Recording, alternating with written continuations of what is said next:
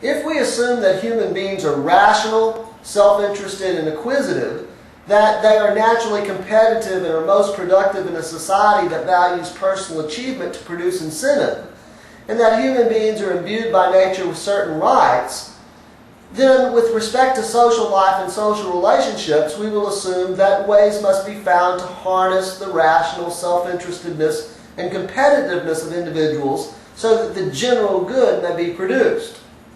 This general good consists of a balance of private and public ends.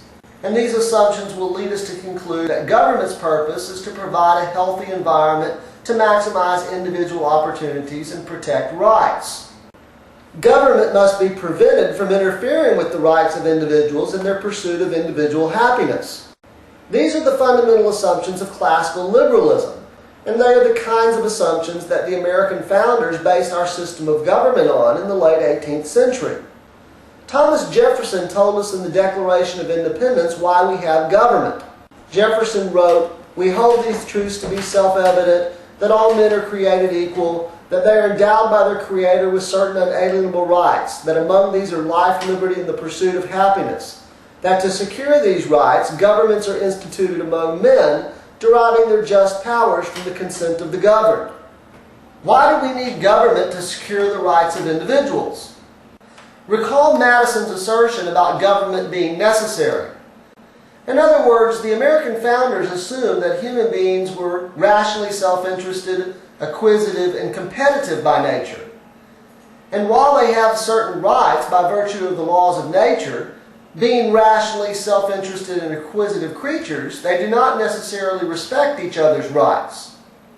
Men do not have divine nature, they have human nature. Therefore, government is necessary. However, the classical liberal tradition of the American founders also views government as the principal threat to the rights of the individual. The same Madison who wrote, "If men were angels, government would be unnecessary," also wrote that government is a necessary evil.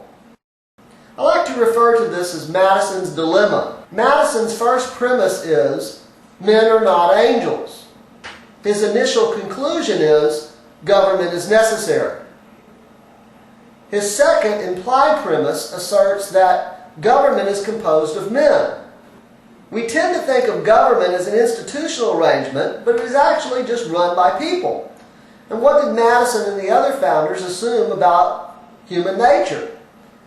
While the random person on the street represents a potential threat to your rights and liberties, the people who occupy positions of government authority represent a much bigger threat, because the power of government is potentially concentrated.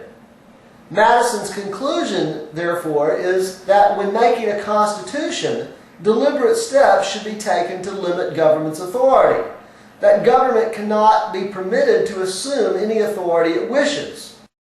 Obviously, we will examine these ideas in much greater detail in our discussions of American constitutionalism. For now, I simply wish to emphasize that these notions about human nature, political society, and government are the fundamental assumptions of the liberal tradition.